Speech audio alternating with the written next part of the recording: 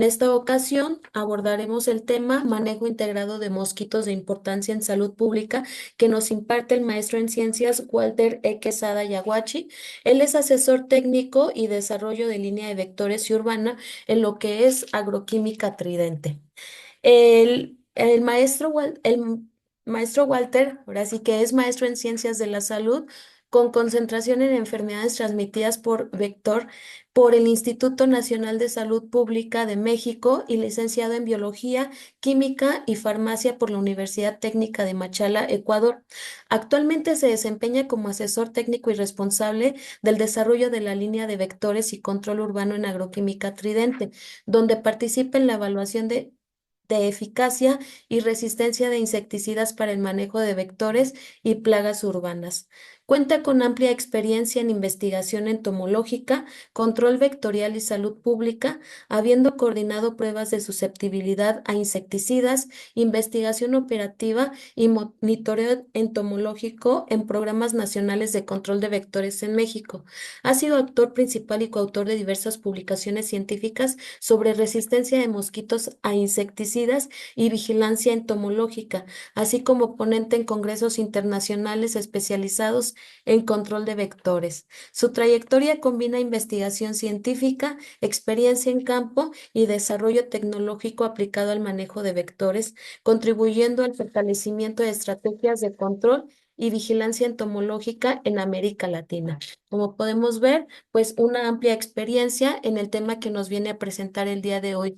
Muchísimas gracias, maestro Walter. Bienvenido y le cedo los micrófonos para escucharlo. La invitación fue precisamente para platicarles un poquito sobre lo que es el manejo integrado de mosquitos de importancia en salud pública. Como ya lo mencionaron, mi estimada Rocío y el ingeniero Alfonso, Agroquímica Tridente no solamente es fabricante de insecticidas para el uso agrícola. Como dijo Rocío, los insecticidas se clasifican por su uso. Y después de tantas clasificaciones que tienen, una de ellas es el uso. Y existen de uso agrícola, urbano, pecuario, forestal, domésticos. Y también existen los insecticidas de uso en salud pública. ¿Ok? Pero cuando hablamos de manejo integrado de alguna plaga en especial, ya sea agrícola, forestal, urbana, o en este caso salud pública, mm, no es precisamente enfocarnos a hablar de cuál es el mejor insecticida para acabar con una plaga específica, ¿verdad? Cuando hablamos de manejo integrado, en este caso de mosquitos de importancia de salud pública, primero tenemos que comenzar a conocer cuáles son los mosquitos de importancia en salud pública, ¿ok? Entonces aquí les muestro una lámina en donde vamos a ver un pequeño resumen del desarrollo de la plática del día de hoy, donde vamos a encontrar temas muy importantes como quiénes son los mosquitos de importancia médica en salud pública, perdón, cuáles son los mosquitos, específicamente en México, cuáles son las importancias de salud pública, porque en el mundo existen muchas especies de mosquitos de importancia en salud pública y otros artrópodos, pero vamos a enfocarnos a ciertas especies como Aedes aegypti, que en México es un problema de salud pública y vamos a ver por qué. Vamos a ir viendo el panorama del dengue en México en los dos últimos años, también algunas de las estrategias para el manejo integrado de Aedes aegypti en México y al finalizar, hablar un poco de los insecticidas, porque como les mencionaba hace un momento, el manejo integrado de una plaga no es específicamente hablar qué le vamos a aplicar, qué vamos a comprar y qué se va a utilizar para matarlo, ¿verdad?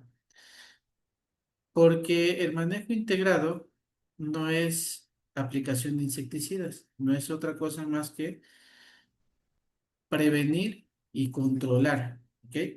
Cuando hablamos de prevenir, tenemos que conocer primero la plaga y cuando hablamos de controlar debemos de conocer qué insecticidas podemos utilizar y no solamente qué insecticidas, controlar mediante qué herramientas son eficaces para que se disminuyan las poblaciones de esta plaga, ¿verdad?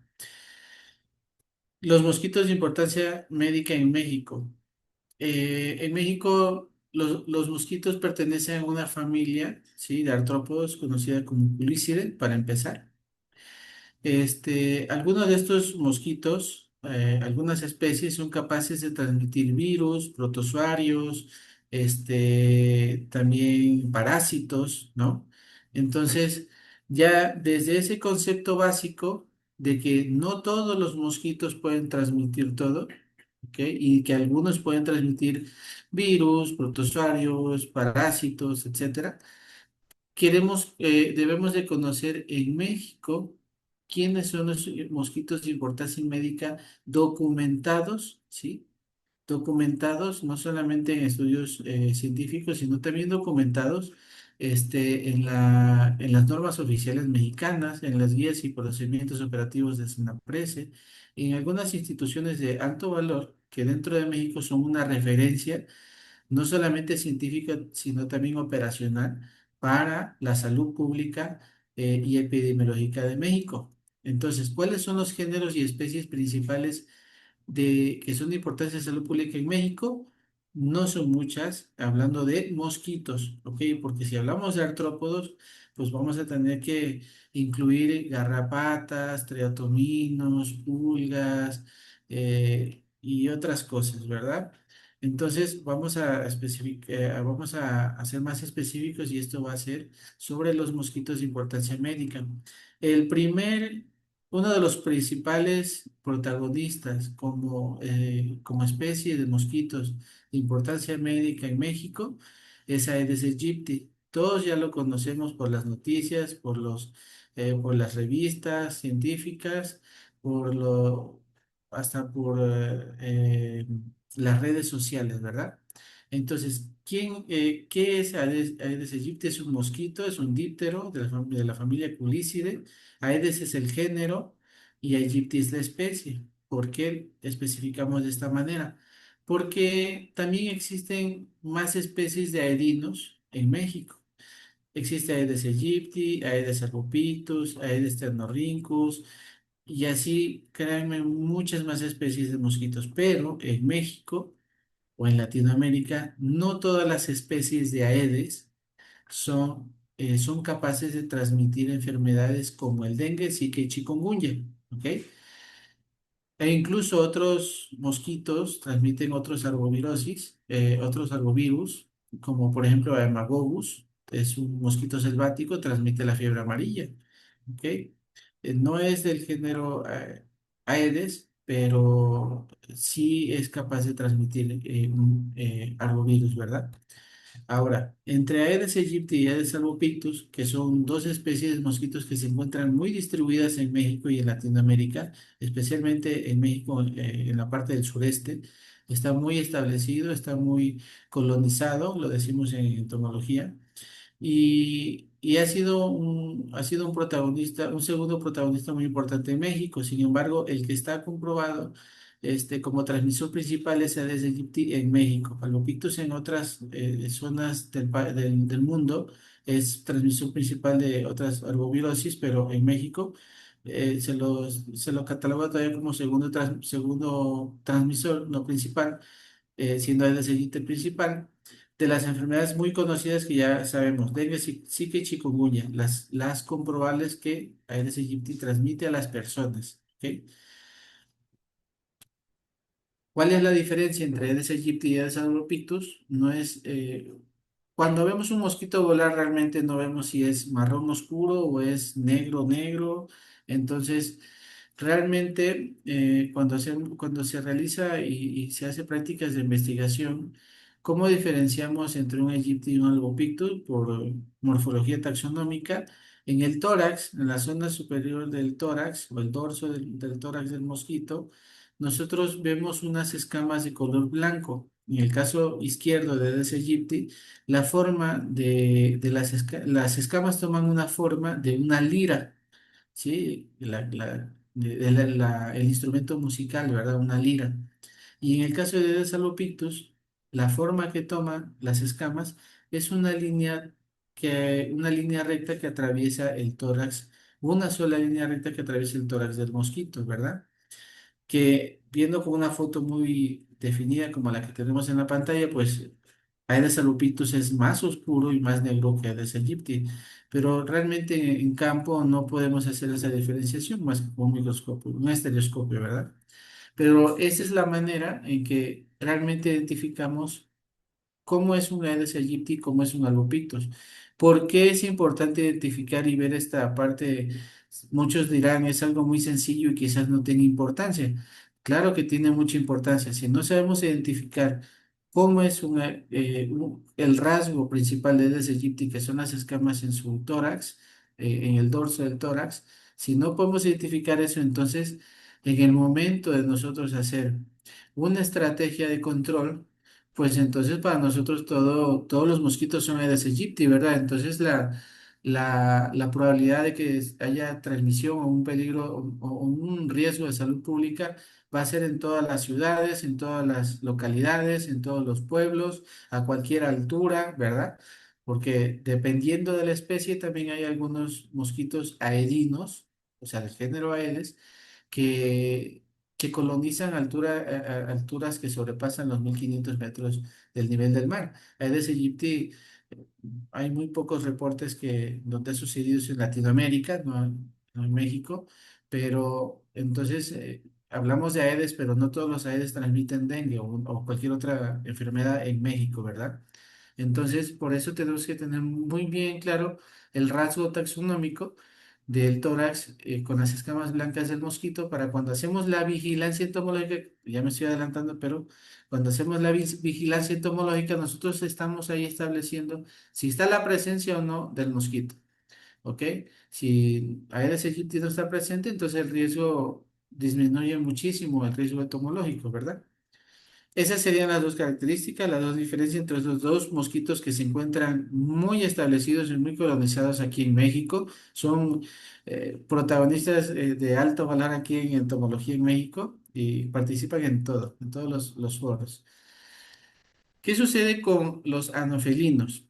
Muchos de ustedes conocerán los mosquitos del género Anopheles, ¿sí? Y ya hablando específicamente Anopheles albimanus y Anopheles pseudopuntipenis, son los principales mosquitos incriminados en la transmisión del paludismo o malaria en México.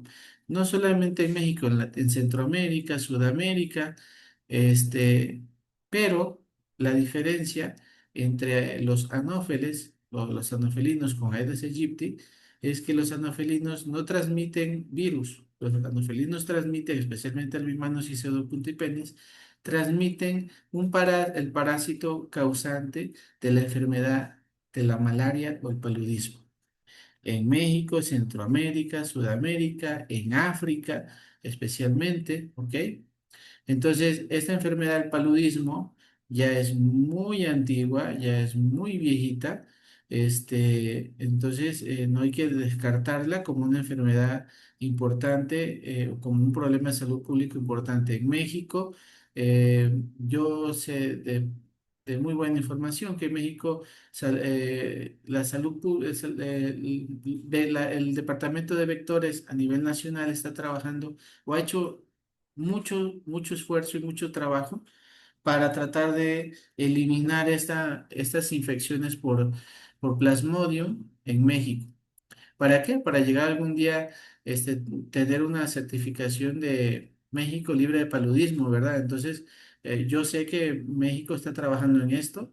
Los profesionales que trabajan en el área de vectores en México en el programa de paludismo están trabajando, están haciendo un arduo trabajo para poder catalogar a México como un país libre de paludismo. Pero créanme, esas iniciativas son muy buenas. Ese trabajo es muy arduo, pero también cuesta mucho. Entonces, el día que ya lo logremos aquí en México, créanme que es un trabajo muy grande e importante, que hay gente muy comprometida en este proyecto y ese día le daremos las felicitaciones a ellos, ¿verdad? Entonces, este es uno de los mosquitos de importancia médica también en México y actualmente no solamente se encuentra establecido, les digo, en México, también en Centroamérica y En México hay mucha investigación con anofelinos, ¿no? Abajo hay una cita bibliográfica, ¿sí? Como muchas que hay en México de muy buenos colegas y conocidos amigos míos que trabajan mucho en paludismo, créanme que hacen un buen trabajo con este vector. En el internet lo pueden encontrar en las revistas indexadas también. Otro de los mosquitos que conocemos comúnmente en México como el mosquito del hogar o el mosquito de la casa, es el Culex, ¿sí? Un mosquito grande, ¿sí? Un mosquito grande, color marrón, como dorado, y a veces los entomólogos decimos un mosquito feo sin gracia, ¿ok? Porque si se dan cuenta, ese Yeti tenía las escamitas, es oscuro, hace el contraste, las patitas bandeadas, parece tigre, los anofelinos son grandes, las alitas tienen muchas escamas con patrones muy hermosos, y que los cuales sirven para identificar las especies de los anofelinos. Y los mosquitos culex, pues los vemos un mosquito color marrón, un poquito dorado, y decimos, pues, mosquito sin gracia, ¿verdad? Pero en México no ha sido capaz de transmitir alguna enfermedad reconocida como importante, no se ha incriminado con alguna enfermedad. Sin embargo, en otros países sí lo hacen.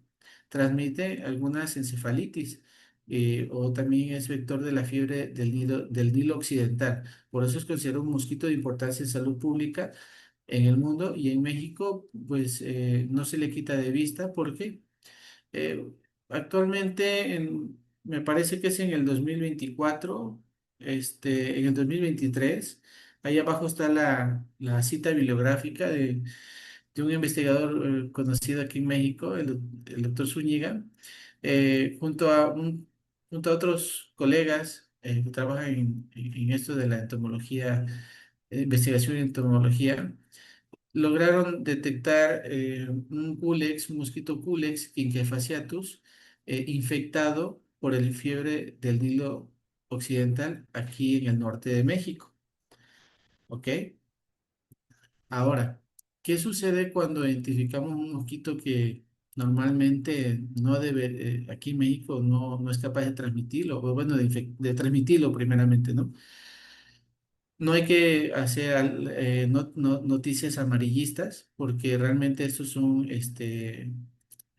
artículos científicos muy revisados, muy trabajados, con mucho profesionalismo, y si los revisamos con mucho detalle y con paciencia, vamos a darnos cuenta que no es para hacer amarillismo, es para hacer ciencia. ¿Qué sucede? Esto es una ayuda para una alerta, para un foco que nos puede estar prendiéndonos y que tenemos que comenzar a tener cuidado. Pero, por ejemplo, el que un mosquito se detecte infectado por un virus, que normalmente no es endémico, por decirlo así, de la zona, no quiere decir que ya lo transmita, porque hay una gran diferencia entre un mosquito infectado con un mosquito infectivo. Infectado es cuando el mosquito tiene la capacidad de conservar el virus en su interior, pero infectivo es cuando el mosquito tiene la capacidad de replicarlo y poderlo transmitir. ¿Sí?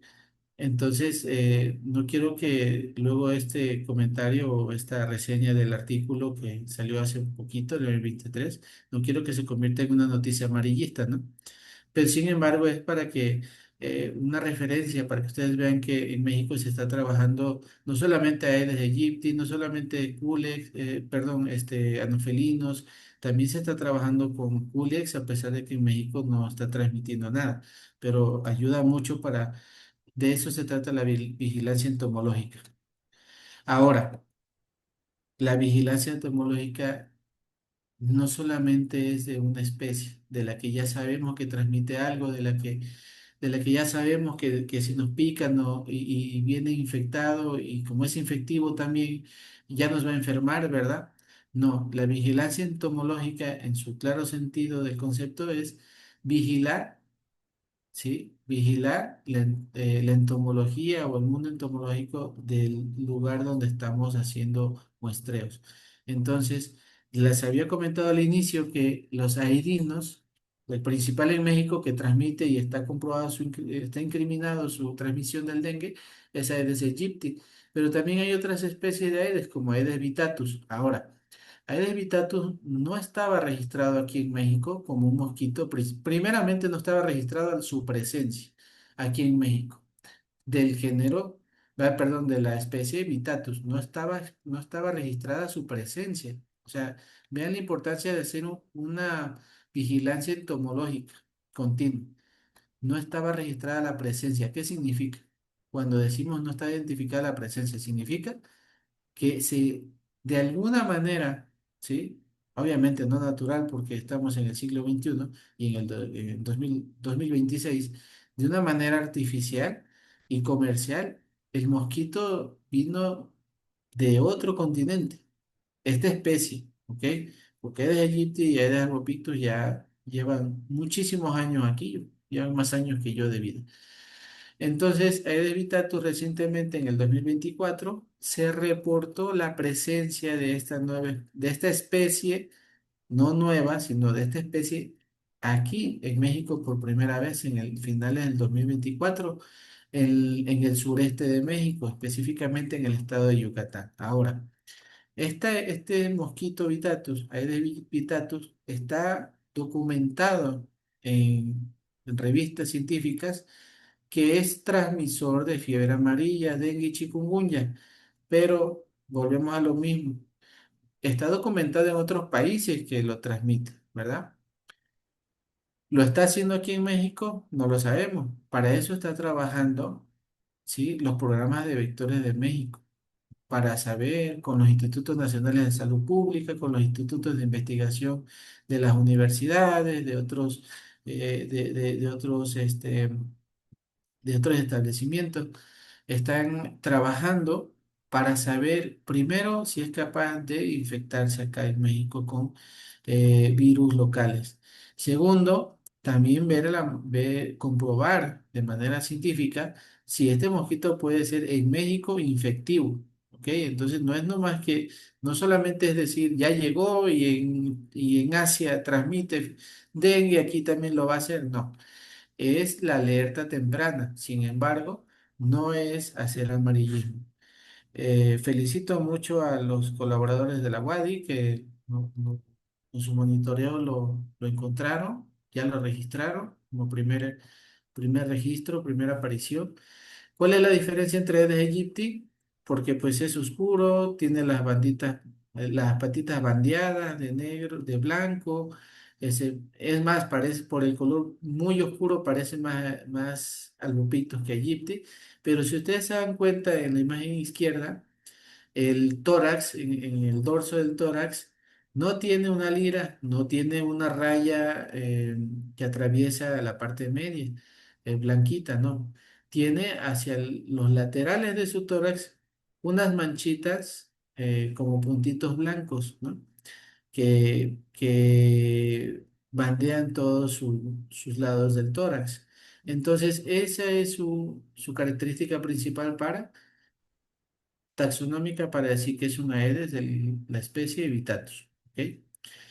Entonces no nos alarmemos, lo encontraron. Ahora, un mosquito para poder llegar a crear o convertirse en un nuevo transmisor de una enfermedad o vector, primero tenemos que estudiar si se ha podido colonizar aquí. Encontraron primeros registros, sí, pero no está diagnosticado de que esté colonizado. ¿Ok? En otros países, en otros continentes, puede colonizar zonas selváticas y domésticas, pero aquí no lo sabemos, porque aquí no es Asia, aquí no es África, entonces vamos a ver contra qué se enfrenta este mosquito y esperemos que no sea eh, que no tenga tanta habilidad para adaptarse aquí en México, ¿verdad?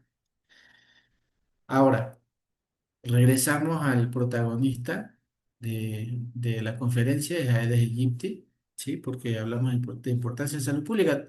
Todos los que hemos mencionado tienen su grado de importancia en salud pública, pero ¿cuáles de ellos han matado o han enfermado de gravedad o han enfermado con signos de alarma a las personas aquí en México, en Latinoamérica. Entonces, actualmente Aedes aegypti es un mosquito muy peligroso, ¿sí? De todas las especies de todas las especies de mosquitos, Aedes aegypti es conocido con importancia de salud pública porque es de los mosquitos que es capaz de transmitir más enfermedades que cualquier otro, ¿ok? Fiebre amarilla, dengue, zika, chikungunya, también en otros países puede transmitir encefalitis del oeste del Nilo y así, ¿verdad? Fiebre del Mayaro también, pero no aquí en México. Entonces, hay que tener bien claro eso, ¿verdad? Ahora, ¿por qué también es un problema de salud pública y es un protagonista muy importante en vectores? Porque es un mosquito altamente antropofílico y muy antropofágico. ¿Qué quiere decir? Walter ya nos está aquí haciendo trabalenguas para que pensemos que sabe mucho, ¿verdad? No. Antropofílico quiere decir que es un mosquito que se ha adaptado mucho a las costumbres urbanas o semiurbanas de los humanos, ¿ok? Yo a Aedes aegypti lo clasifico como un mosquito muy cómodo, como en Ecuador decimos un mosquito vago, pero realmente es un mosquito muy activo, tiene una habilidad para transmitir muy alta, una capacidad para transmitir el dengue muy alta, pero a lo que yo me refería es que es un mosquito cómodo porque dentro de las casas, si él tiene la oportunidad de poner sus huevos en algún contenedor dentro de la casa y no tener que salir al patio, él se queda dentro de la casa y no sale al patio. A eso me refiero que yo le llamo que es un mosquito muy cómodo. Pero pues el mosquito puede colonizar el interior de las casas, el exterior, el peridomicilio, terrenos baldíos, donde las condiciones del criadero sean idóneas para él, ¿verdad? Entonces a eso me refería que es antropofílico y antropofágico, ¿por qué? En entomología, y hablando de mosquitos, especialmente las hembras, que son las que se alimentan, las únicas que se alimentan de sangre, picando a mamíferos o personas, somos, en el reino animal somos de sangre caliente, ¿no? Entonces, son las únicas que tienen la habilidad para picar, se alimentan de sangre. Entonces, eh, cuando decimos antropofágico, quiere decir que tienen una preferencia alimentaria muy alta por picar a los humanos. Es decir, si estamos en el patio tomando los rayos de la luna y leyendo un libro y estás con tu mascota, con tu perrito ahí cuidándote, es más probable que te piquen a ti a que lo piquen al perrito. Aedes aegypti, ojo, Aedes aegypti, porque su preferencia alimentaria es muy alta y hacia los humanos. ¿Ok? Y en otras especies, como por ejemplo Aedes albopictus, anofelinos, culex, ellos lo que tengan sangre caliente van y pican. Hasta las gallinas, los guajolotes, el caballito, la vaca, eh, van y pican. ¿Ok? Entonces, eh, Aedes aegypti es un mosquito antropofágico, eso me refería, eso significa lo que lo convierte en un excelente transmisor de arbovirus para los humanos, porque entonces si su preferencia alimentaria son los humanos, pues hacia ahí va dirigida la transmisión, ¿verdad? Porque qué tal que le encante, sea un buen transmisor de dengue, pero le encanta picar a los animales, pues no, a nosotros no nos va a transmitir nada. Ahora, también es un problema de salud pública considerado en Latinoamérica y aquí en México porque coloniza fuertemente las zonas urbanas y suburbanas de América. ¿Ok? Principalmente los trópicos y subtrópicos de América han sido altamente colonizados por Aedes aegypti. Hubo una época que le llaman dorada, yo creo que, sí, yo creo que tenía unos 3 o 4 años, la época dorada, en la que hubo un programa muy grande por parte de la PAJO y de la OMS aquí en Latinoamérica para la erradicación del mosquito Aedes aegypti. Se logró, lo hicieron, yo he leído muchas publicaciones, hasta un libro de un gran amigo conocido, yo creo que por muchos. de los que estén aquí conectados, el biólogo Jaime Tirión, en donde cuenta un poquito la historia de este programa y de este proyecto muy grande en Latinoamérica para la erradicación de Aedes aegypti en esta región. Se logró, hubo erradicación, algo por el estilo, pero ustedes saben que si las cosas no siguen siempre constante, pues se pueden revertir, ¿verdad? Entonces, esa fue la época dorada que se logró casi erradicar al mosquito. Sin embargo, volvió a colonizarse, se volvió a reproducir, a dispersarse, llegar a nuevos lugares. Aedes aegypti tiene una plasticidad biológica muy alta, tanto así que ahora, con la ayuda del cambio climático, pues se está colonizando y distribuyéndose en partes un poquito más altas de lo que normalmente antes no lo hacía, ¿verdad? Entonces, por eso Aedes aegypti está dentro de las cámaras como un problema de salud pública. Y por eso es considerado en México y en Latinoamérica como un mosquito vector del dengue. Ahora, la situación del dengue, porque ya pasamos, esto nos lleva hacia la enfermedad del dengue. El mosquito de Aedes aegypti es transmisor muy efectivo del virus del dengue. Existen cuatro serotipos del virus del dengue. Entonces, ahora, ¿qué sucede? La situación del dengue. El dengue ya es la enfermedad, el dengue no es el virus. El virus se llama virus del dengue. Digo, tampoco le pensaron mucho para ponerle el nombre, ¿no? Al virus. Pero en la región de las Américas, en el 2023, o sea, si hacemos historia, ahora, esta información es sacada del informe de la situación epidemiológica del dengue en las Américas de la OPS, ¿ok? La Organización Panamericana de la Salud en el 2025. Pero, porque no son números de aquí de México, o sea, esto es de la OPS, ¿verdad? Porque luego no nos confundamos. En el 2023 en México, sí, se reportó 4.1 millones de nuevos contagios. Es el año históricamente más alto hasta el 2023 en comparación a los años anteriores. Pero en el 2024 se reportaron más de 12.6 millones de casos, casi tres veces más, ¿verdad? Perdón, esto no es en México, esto es en toda América. Entonces, ¿qué sucede?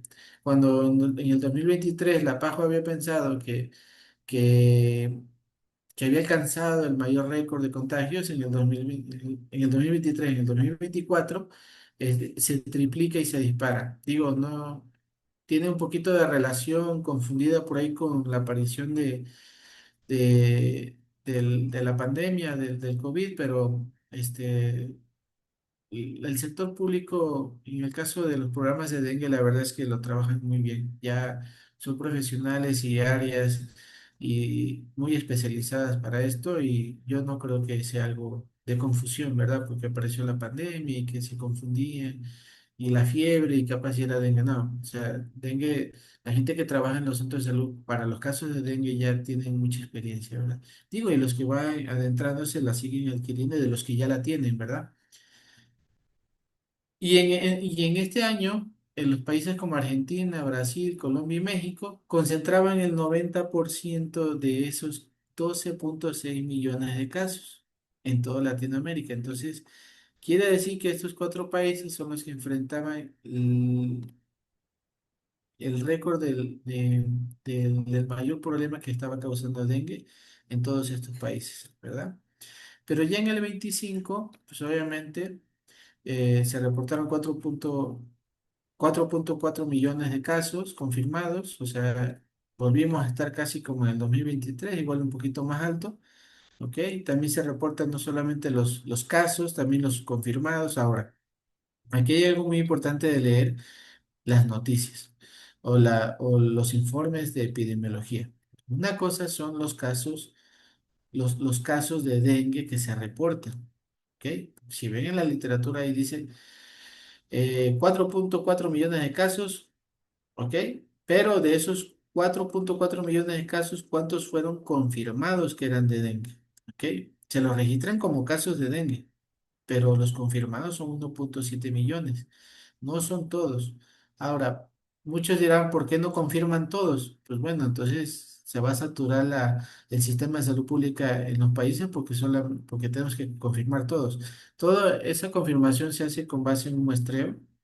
Sí, hay un porcentaje dictado por la OMS y los países en sus programas lo adoptan como una buena práctica de confirmación para los casos de dengue. Entonces, no hay que preocuparnos en ese sentido. Los casos confirmados son los que nos dan las directrices de saber el riesgo en el que nos encontramos, como por ejemplo la imagen de la izquierda. Si lo ven a América de varios colores, como de tres. Dice riesgo de dengue frecuente continuo, riesgo de dengue esporádico incierto y no hay evidencia de riesgo por dengue. ¿Qué quiere decir? Como hablamos hace un rato, los trópicos y los subtrópicos son los considerados de mayor riesgo para la transmisión del dengue, ¿ok? Y en el 2026 a nivel de América, ¿sí? Sí, de donde está declarada la transmisión del dengue, en los países declarados, en el 2026 en lo que va de la semana epidemiológica número 8 que es la de la semana pasada, se han reportado 312.190 casos. Y los confirmados, pues ya sabemos, es mucho menos, y las muertes también se van calificando y se van clasificando, ¿verdad? Ahora, ¿cuál es el panorama epidemiológico en dengue en México? Digo, yo sé que esto de pronto les está causando un poquito de aburrimiento, pero ¿saben para qué sirve esta información? Para nosotros conocer la importancia de qué. Y aquí viene lo bueno y el mero mole de ustedes. Para conocer la importancia de controlar el mosquito del dengue. Entonces, si decimos que el mosquito Aedes aegypti o los mosquitos, algunos mosquitos transmiten enfermedades, pero pues ¿cuánto será? Poco, mucho. Para algunos muchos será 10, para otros será 10 será muy poco. Entonces, sí es importante que conozcamos el panorama epidemiológico de las Américas, de dengue, para saber nosotros a qué le estamos apostando para para considerarlo como una plaga de importancia de salud pública, de importancia en salud urbana, ¿ok? De importancia en algunas comunidades, sectores, estados, no en todos los estados está tan grave como en otros. Entonces, este es un comparativo del 24 y el 25 de casos confirmados del 2024 en México, ¿verdad? La línea morada, las barritas azules son los casos confirmados del 2024 y las barritas rojas son los casos confirmados del 2025, claro. En comparación al 25, al 24 estuvo muy abajo. Ahora ya lo vamos a ver ahora cómo estamos. Ahora en la semana 8 epidemiológica estamos con casos confirmados de 125.000 casos de dengue confirmados, ¿no? Entonces, no podemos descartar. De todas maneras, los que se dedican al control de plagas urbanas, eh, muchos le llaman que es la temporada baja, ¿verdad? De las plagas. Y en salud pública, pues no le dicen temporada baja, pero pues es la época de no lluvias, le dicen en salud pública. Entonces ahí sabemos que tanto la, tanto la abundancia y distribución de Aedes y presencia de Aedes aegypti está disminuida, no eliminada, está disminuida. Entonces, por ende, la transmisión baja, ¿no? Y claro, lo perfecto sería mantenerla siempre baja, pero ahorita vamos a ver de qué se trata eso. La distribución de Aedes aegypti, obviamente se equiparan, los mapas de calor se equiparan con los mapas de distribución del mosquito. Donde está el mosquito, podemos hablar de que existe una transmisión. Ahora, para que exista una transmisión tienen que haber tres factores. Tiene que haber, primero la presencia del mosquito vector confirmado. Aedes aegypti, ¿está confirmado en Cancún? Sí, está confirmado en Cancún. Ahora, en Cancún tiene que estar confirmado que el virus esté en circulación. ¿Cómo podemos saber eso? Haciendo vigilancia entomológica y haciendo entomovirología. La entomovirología significa que buscan al mosquito, a los mosquitos incriminados en esa transmisión, se los llevan a un laboratorio, los pasan por una maquinita que se llama PCR, bueno, obviamente los procesan las muestras de los mosquitos capturados, los pasan por una maquinita que se llama PCR y ahí detecta si está positivo o no el virus. Para eso es la entomovirología. Entonces, digamos en una ciudad no está, ya se confirmó que está circulando el virus. tienes el mosquito vector y aparte tienes personas susceptibles, son los tres, le llamamos en salud pública la tríada epidemiológica, ¿sí? Que ahora ya no solo es tríada, también está considerado, eso era un poquito más en el pasado, también se considera el ambiente como el ambiente o el medio ambiente un factor muy importante para la transmisión, ¿ok? Entonces, si tenemos todos esos elementos juntos, créeme que la transmisión se va a llevar a cabo. Por eso es que las acciones de se hacen en mosquitos para disminuir la población de mosquitos y si disminuimos la población de mosquitos, los casos de transmisión se bajan, ¿ok? Todo es directamente proporcional. Poquito más de conocimiento de Aedes aegypti es un artrópodo díptero con metamorfosis completa. ¿Qué quiere decir? Eso holometábolo y ahorita vamos a ver por qué es importante conocer eso. Tiene dos fases, fase acuática y aérea. Muchos van a decir, eso ya lo sabemos, eso ya es de la escuela, pero créanme, hasta para proponer un programa de control de mosquitos hay que saber cuántas fases tiene y hay que saber si es holometábolo o hemimetábolo, ¿ok? Algo que para muchos dirían, eso es algo muy, muy básico. Su ciclo de vida completo puede durar de 12 a 14 días. También van a decir esa información para qué la quiero. Ahorita vamos a ver en la parte de práctica para qué la queremos. Su ciclo de vida comprende en huevo y cuatro estadios de larva, pupa y adulto. Igual, información de primaria, pero vamos a ver en la parte de investigación para qué nos sirve mucho eso. Y investigación y también investigación operativa y operacionales para el control. Ahora, el ciclo de vida de aegypti. Si nosotros no conocemos a detalle el ciclo de vida de una plaga, nosotros no podemos pretender hacer un control adecuado.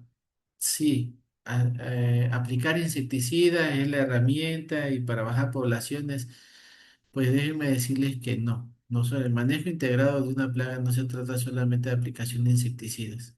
Se trata de conocer la biología de la plaga para que de ahí nosotros vamos a establecer métodos o metodologías con base al uso de herramientas, nosotros lograr el control o en el caso de salud pública también la prevención, ¿ok? Y eso en salud urbana le llaman este, educar al cliente. Pero bueno, Aedes aegypti le habíamos mencionado que tiene dos fases, la aérea, la adulta, y la fase inmadura, la acuática. La fase madura o adulta es la que vuela, la aérea, y la fase inmadura es la larva, bueno, la larva, huevo y pupa. Entonces, ¿cómo funciona el ciclo de vida del mosquito? El mosquito adulto vive entre 2 a 4 semanas. Sin embargo, no está cautiverio, así que cuando esté en cautiverio puede durar hasta 2 meses. Pero cuando pone los huevos en algún criadero, los huevos les toma de 1 a 3 días para que al contacto con el agua eclosionen. Al eclosionar va a salir una larva pequeñita, muy pequeñita que casi ni se ve.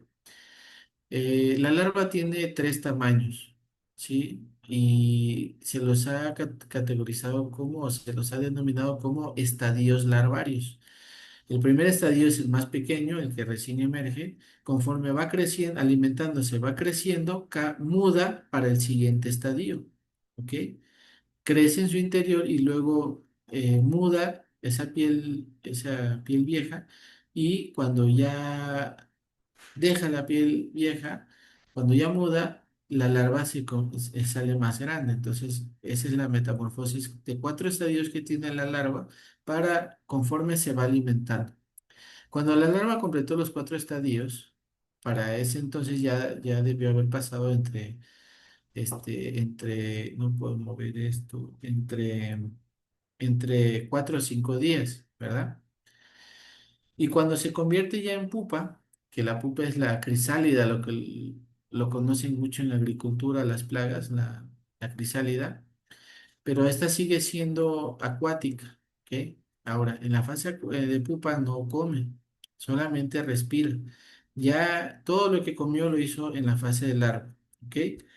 Y esa formación de la pupa puede durar de 2 a 3 días para, en la maduración de la pupa, se va a emerger el mosquito adulto. Y así vamos a completar el círculo del ciclo de vida del mosquito.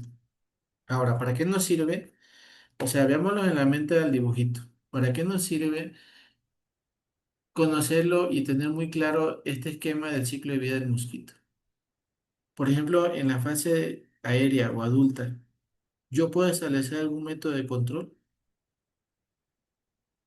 y no hablo de aplicar insecticidas, un método de control o prevención. Ok, en la fase de huevo, ¿qué método de control o qué método de prevención yo puedo establecer? ¿Un método químico, un método físico, qué método puedo establecer para controlar los huevos? En la fase de larva, ¿qué método puedo establecer para yo controlar larvas de mosquitos? Y en el caso de pupas también. Entonces, para eso sirve conocer el ciclo de vida del mosquito. ¿En qué fase de estas es vulnerable con los métodos químicos y en qué fase es vulnerable con los métodos físicos? ¿Ok? Entonces, si no conocemos eso, créanme que solamente vamos a ir a aventar producto insecticida. ¿Sale? Y para eso también para establecer los programas de control, hay que conocer la fase de huevo. ¿Qué son los huevos de Aegypti, como ven en la foto, en la imagen, realmente es una foto. Son pequeñas estructuras de 1 milímetro de largo, de color negro. Bueno, cuando los oviponen son de color blanco y durante unas horas se activa su proteína y se convierte en color negro. Em, los colocan, la ovipostura sucede para cuando ya oviponen el huevo tiene que embrionar. Sí, no es que ya traiga el embrión ahí listo para que ya eclosione. Al término de 48 horas embriona y luego eclosiona con el contacto con el agua. Ahora, los huevos de Aedes aegypti, o en el caso de los aedinos, tienen una gran habilidad biológica. Muchos van a conocer de la diapausa. ¿Qué significa la diapausa? La diapausa es la habilidad que tienen los huevos de los mosquitos del género Aedes de, de desacelerar o frenar la embriogénesis. ¿Ok? Se pone en pausa el embrión dentro del huevito, del huevecillo. Se pone en pausa. ¿Qué quiere decir? Que como no logra detectar humedad ni agua, sabe que no tiene a dónde salir la larva. Entonces se pone en pausa y dice, me voy a esperar hasta que caiga agua. Que realmente el problema en salud pública para el control de Aedes aegypti no es la falta de insecticidas, no es el mal control, no es la descalibración de los equipos, no es el que los aplicadores no estén comprometidos, no, es la diapausa. Porque créanme, un mosquito que no tenga esa habilidad, en el caso de Aedes aegypti, que está muy prolífero en las zonas urbanas y suburbanas, pues porque en la época de no lluvias, pues ya se acaba el dengue. Y de una vez que se acabe Aedes aegypti, porque no se acaba. Porque los pocos huevos que hubieran quedado, que no se pudieron eliminar, no se pudieron descacharrizar, los que se encuentran por ahí escondidos, que nunca los encontramos, se quedan sin agua, porque que ya no se echan a perder, porque entran con su capacidad biológica de la diapausa. Cuando vuelve a llover y vuelve a llenarse ese contenedor artificial o natural de agua, entonces se vuelve a activar la embriogénesis del huevo.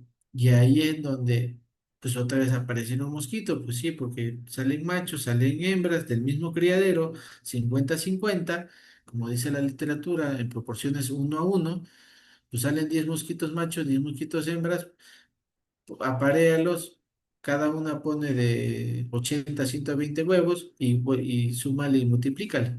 Entonces se vuelve a hacer otra vez, vuelve a subirse, a elevarse la presencia del mosquito, ¿verdad? Entonces la diapausa es el principal obstáculo del control de DSG. Sí, no son otras cosas más que la diapausa. Si no tuvieran esa capacidad, yo creo que ya nos hubiéramos acabado al mosquito. Problema, quiero pensar.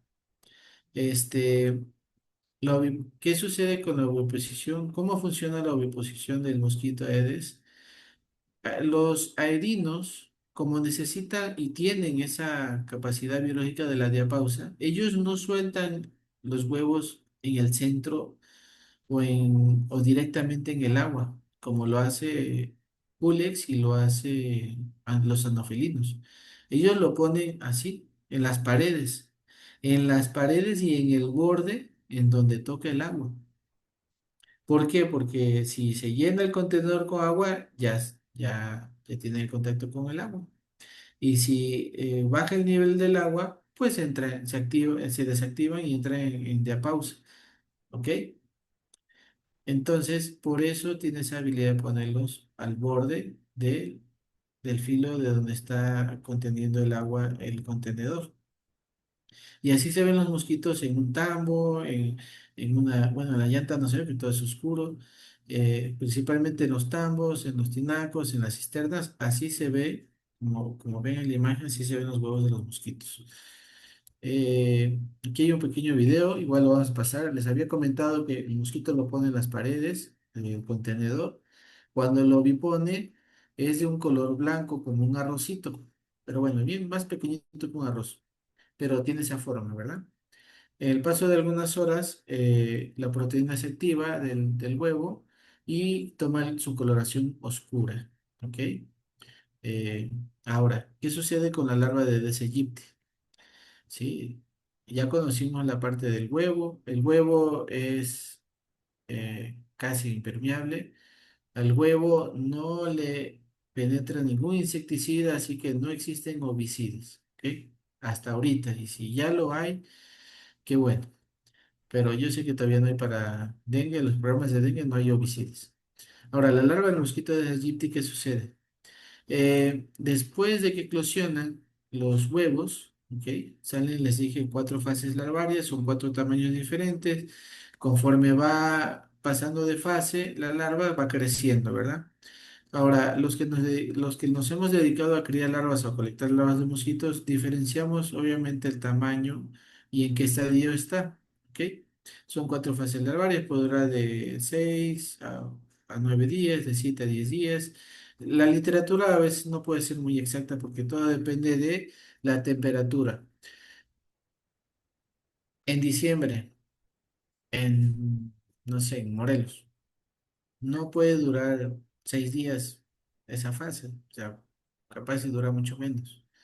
Digo mucho más, pero en época de primavera no va a durar 10 días, obvio que dura hasta 5 porque mientras más calorcito hay, la larva está más activa. ¿Ok? Ahora, la respiración la realizan a través de una estructura que le llamamos sifón, al final de sus segmentos del tórax. Al final tienen, o al final de la colita, tienen una estructura llamada sifón. Y es un respirador corto que lo hace a través de la tensión superficial con el exterior respirando oxígeno. ¿Ok? Así respiran. Y se alimentan constantemente de microorganismos que existan presentes en el agua. Ahora, la larva, en toda su etapa de larva, se la pasa filtrando y tomando agua. Entonces, yo ya conozco esa parte biológica de la larva. Todo el tiempo pasa tomando agua y se lo pasa ingiriendo.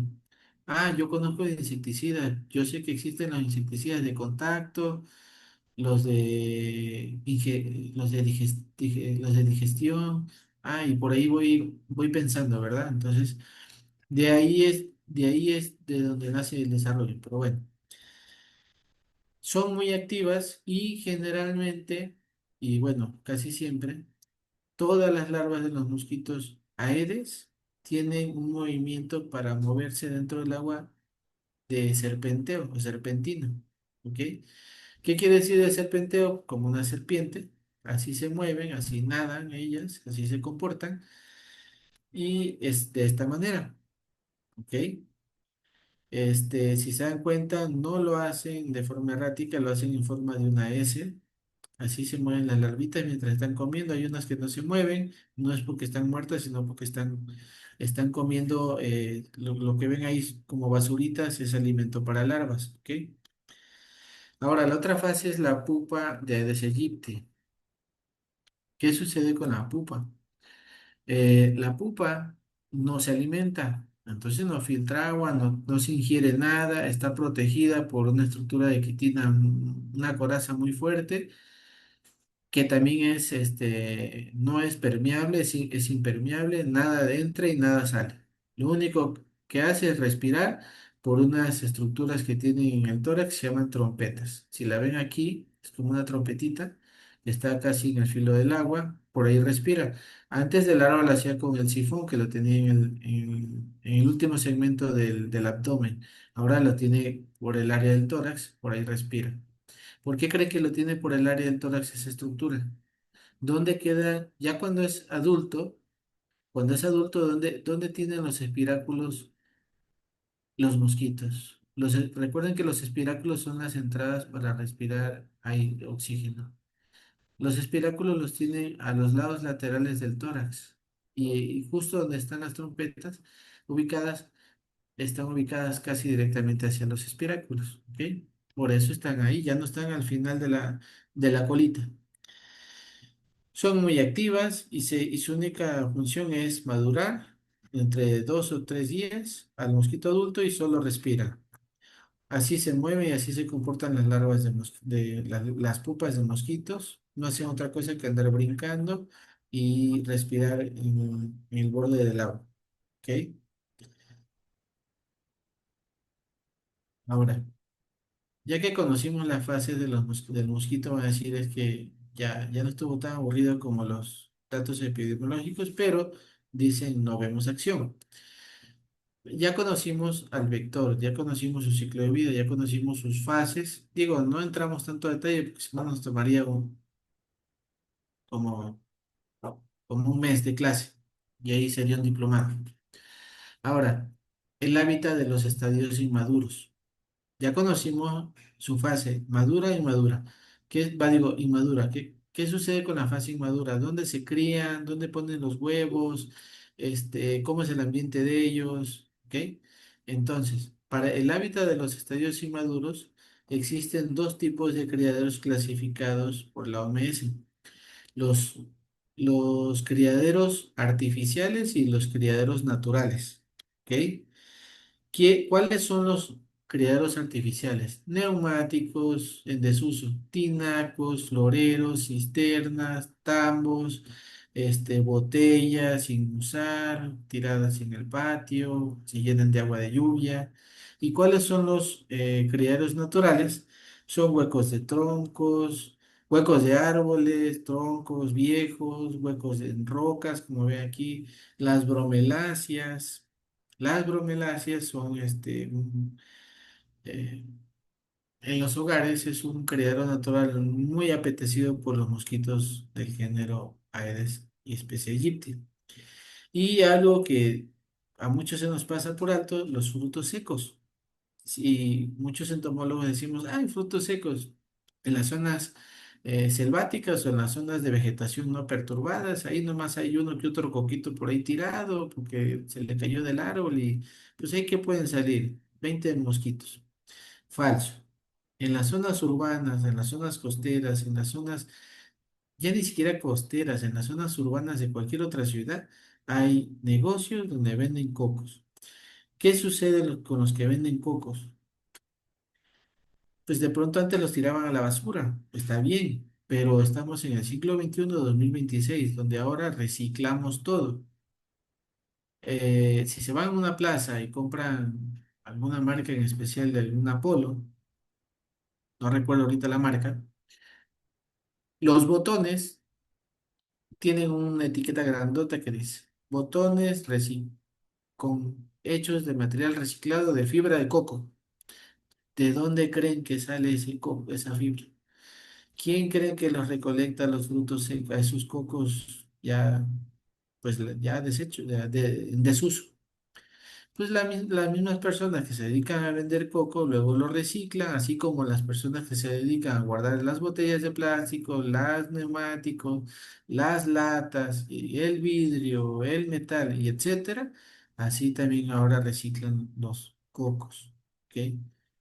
¿Y dónde los almacenan? No en una bodega tapada, sino en el patio. El coco tiene la abertura, llueve, se moja. Es un criadero perfecto. ¿Sí? Mantiene el calor, mantiene agua, está protegido de que los muevan, de que los aplasten o lo que sea. Y ahí créanme que se hace el criadero de mosquitos. ¿Va?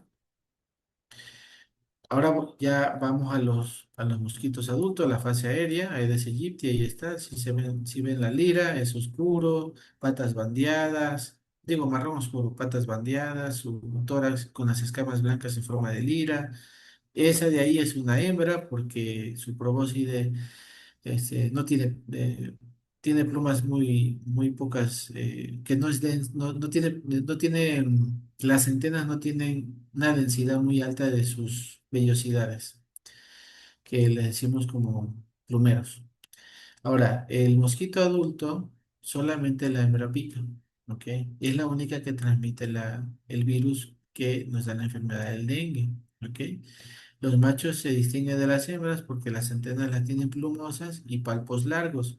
En este caso, las antenas sí tienen como unos pelitos, pero realmente haciéndose un macho se ven más abarbados. Y los palpos son de la probóscide. En la parte de arriba hay unos escamas blancas. Esos son unos pequeños palpos. Las hembras los tienen cortos porque si los tuvieran largos les dificultaría y les estorbaría cuando piquen. ¿Ok? Ahora, ¿qué sucede con los adultos? El comportamiento, la etología del adulto. Primero, la emergencia. El adulto reposa algunas horas después de endurecer, para endurecer el exoesqueleto y las alas. Una vez que el mosquito emerge de la pupa, el mosquito no rompe la tensión superficial con el agua y ahí se queda reposando algunas horas para endurecer su estructura de quitina, ¿verdad? En el caso de ahora, en un criadero de mosquitos, los primeros que emergen son los machos. Al menos un 80% de lo que emerge, sí, o el 80% de lo que emerge primero son machos. Luego emergen las hembras. ¿Por qué primero los machos? Los machos, al nacer, necesitan alrededor de 2 o 3 horas para hacer la rotación de la terminalia masculina, o sea, su aparato reproductor. Hagan de cuenta nosotros los hombres, ¿no? Nacemos de la cintura para abajo, nacemos mirando para atrás y lo de atrás mirando para adelante. Así, igualito. Así nace el macho. Bueno, en este caso al revés, porque ellos lo tienen que darle la vuelta para hacia atrás, porque como ven en la imagen de abajo, la cópula, ¿sí? Lo hacen de la manera que están viendo ahí, ¿ok? Entonces, por eso tienen que la rotación de la terminalia girarla a 180 grados para poder tener esa capacidad de la cópula, ¿sí? La inseminación con las hembras. Esto se va a escuchar muy machista, pero pues no puedo evitarlo, es la biología de los mosquitos y es la naturaleza. Cuando el macho copula por primera vez a una hembra, la insemina, el mosquito hembra, el esperma lo guarda, ¿sí? Lo guarda al esperma en unas cavidades que se llaman espermatecas, ¿sí? Como unas bodeguitas, unas bolsitas. Guarda el esperma ahí, ¿para qué?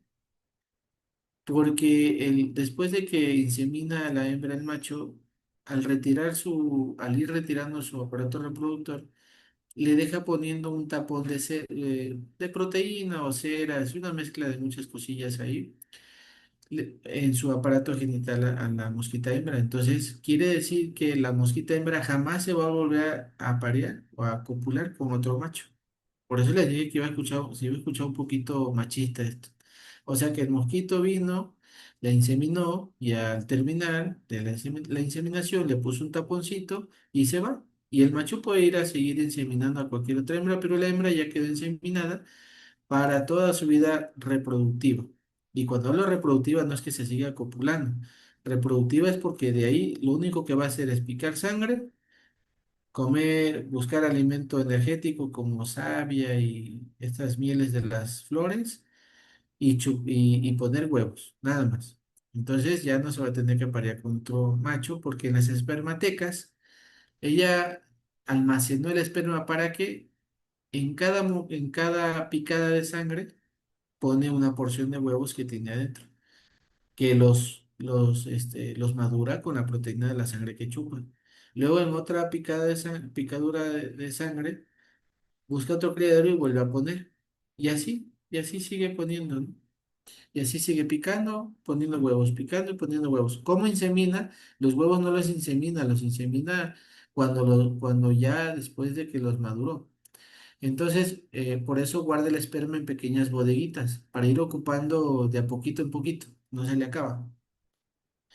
La alimentación de los mosquitos, las hembras son las únicas que pican, son antropofílicas, ya lo hablamos, son antropofágicas, localizan al huésped siguiendo olores como el ácido láctico, que es lo más tradicional como un atrayente para los mosquitos, o el CO2 emitido por las personas, ¿no? Utilizan estímulos visuales también para buscar la alimentación con receptores táctiles y térmicos. Tienen esa habilidad biológica también los mosquitos hembras. Y los horarios de picadura están marcados en la mañana, tarde y noche. ¿Qué quiere decir? El mosquito de Selliti puede picar todo el día, toda la noche. Cuando se le dé la oportunidad, pica. ¿Sale? No tiene horarios de picadura. Sí existe una literatura que habla de los horarios de picadura, pero actualmente sabemos que el mosquito pica cuando tiene hambre, ¿sí? Claro, no sale al sol a deshidratarse, pero si te sientas en tu escritorio a hacer home office y el mosquito está abajo del escritorio en lo oscurito, resguardado y tiene hambre, te ve la pierna descubierta porque como es home office, te pusiste la camisa para arriba y abajo estás en chanclas, entonces va y te pica y se acabó. A él se le olvidó que existen en la literatura de algunos autores, se le olvidó que ahí dice que en las tardes y en las mañanas. ¿Ok? Ahora, las mosquitas hembras se pueden alimentar al segundo día después de haber emergido. ¿Ok? Esto lo hace precisamente para ir colectando, ir buscando alimentos. Ahora, ¿los machos de qué se alimentan? Del azúcar de las plantas, de las flores, y etcétera. La hembra también.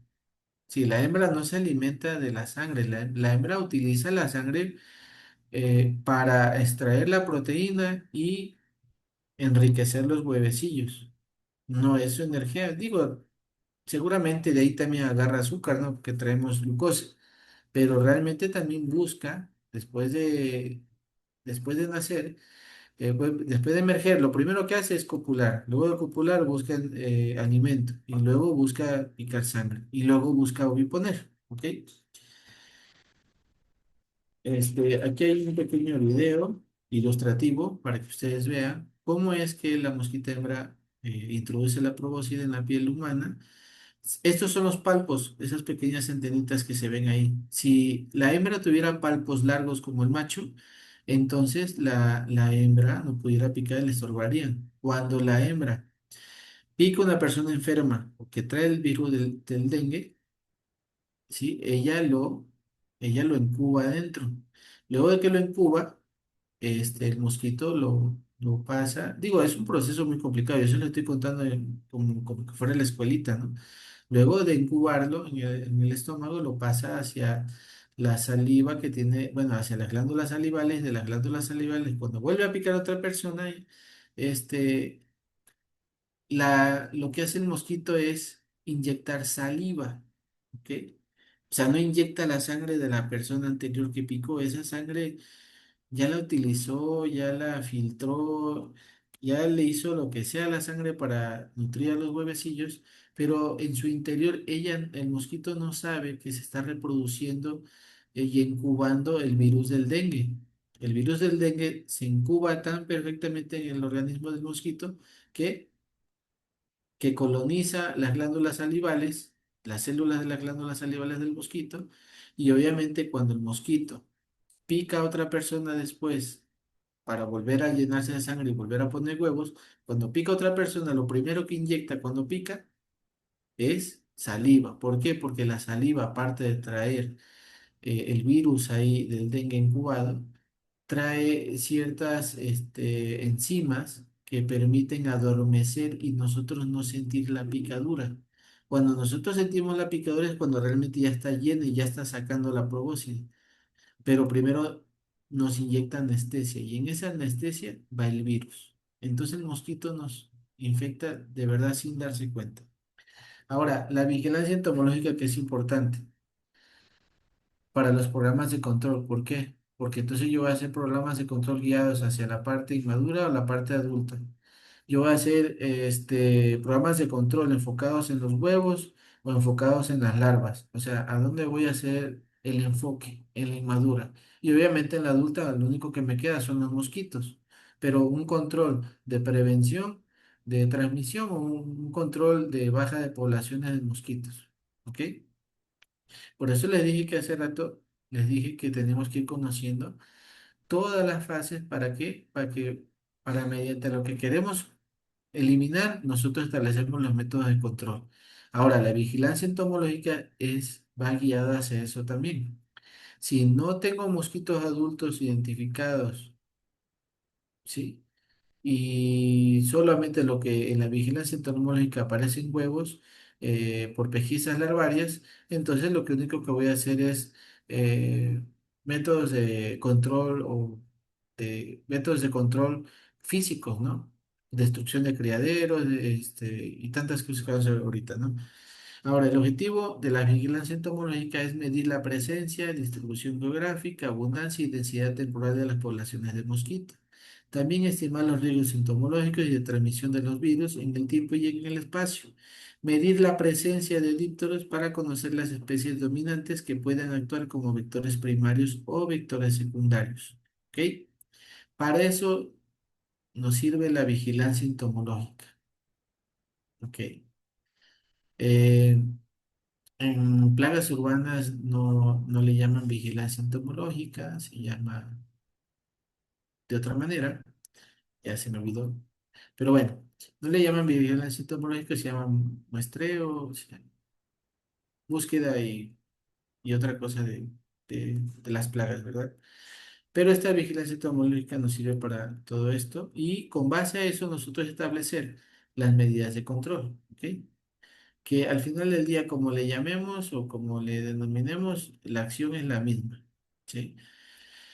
La vigilancia entomológica puede ser activa o vigilancia entomológica pasiva. ¿Cuál es la activa? La vigilancia entomológica activa es aquella en donde nosotros buscamos, ¿qué? Buscamos los criaderos, ¿ok?